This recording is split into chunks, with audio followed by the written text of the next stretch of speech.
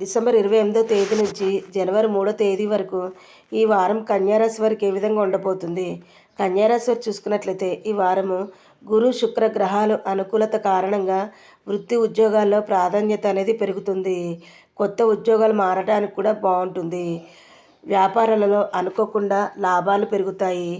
ఆర్థిక విషయాల్లో మాత్రం ఎవరికి వాగ్దానాలు చేయడం కానీ హామీలు ఉండడం కానీ చేయకూడదు.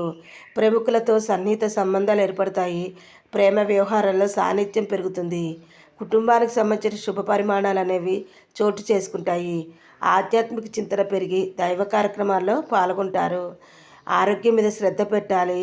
ప్రయాణాలు కూడా చేయకూడదు. అనుకోకుండా ధనలాభం మాత్రం కలుగుతుంది. ఆర్థికంగా వ్యక్తిగతంగా సమస్యలు అనేవి తగ్గిపోతాయి. మరి ఈ వారం కన్యారాశి వారికి మరిన్ని శుభ ఫలితాలు కలగాలి అంటే శ్రీరామ రక్ష స్తోత్రాలు చదువుకున్నట్లయితే మేలు జరుగుతుందని పేర్కొనవచ్చు.